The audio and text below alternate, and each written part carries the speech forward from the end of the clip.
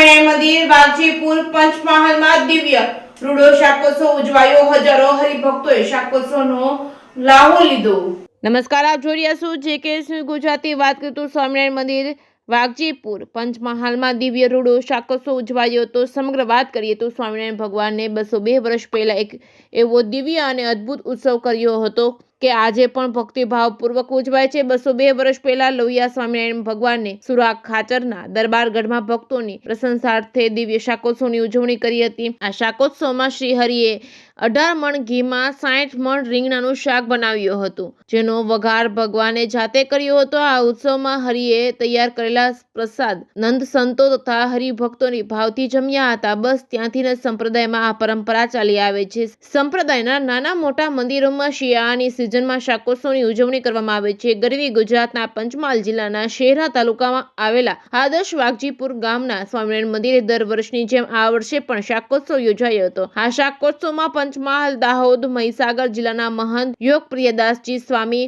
ઘનશ્યામ સ્વરૂપદાસજી સ્વામી તેમજ મુનિ વલ્લભદાસજી સ્વામી તેમજ યોગ વલ્લભદાસજી સ્વામી તેમજ પ્રેમ સ્વરૂપદાસજી સ્વામી, ગુરુ પ્રિયદાસજી સ્વામી તથા નિર્દોષ સ્વરૂપદાસજી સ્વામી સહિતના સંતો દ્વારા હરિભક્તોને સ્વામિનારાયણ ભગવાન તથા પરંપરાના ગુણગાન સાથે શાકોત્સવનું મહત્વ સમજાવ્યું હતું। ફ્રી મેડિકલ ચેકઅપ કેમ્પ, રમતગમત તેમજ ભજન કીર્તન તેમજ સંતવાણી, કથા વાર્તા, અન્નકૂટ દર્શન, મહાઆરતી, મહાપ્રસાદ વગેરે કાર્યક્રમથી દિવ્ય રૂડો શાકોત્સવ ઉજવાયો હતો। આ શાકોત્સવમાં રીંગણાનું શાક, બાજરાના તથા મકાઈના રોટલા, કઢી, ખીચડી અને મોહનથાળ સહિતના પકવાન મોટી સંખ્યામાં દર્શનાર્થીઓએ પધારેલા હરિભક્તોએ શાકોત્સવનો મહાપ્રસાદ માણ્યો હતો। બોડી સંખ્યામાં લોકો ઉપસ્થિત રહ્યા હતા અને શાકોત્સવનો લાહો લીધો હતો।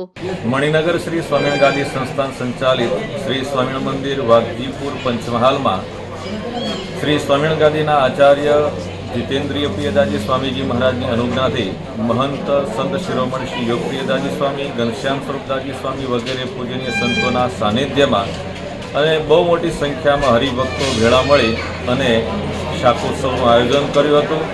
સર્વાવતારી શ્રી સ્વામિનારાયણ ભગવાને 202 વર્ષ પહેલાં જે શાકોત્સવની પરંપરા ચાલુ કરી હતી એનો અલભ્ય લાભ બહુ મોટી સંખ્યામાં ઉપસ્થિત થઈ અને હરિભક્તોએ માણ્યો હતો।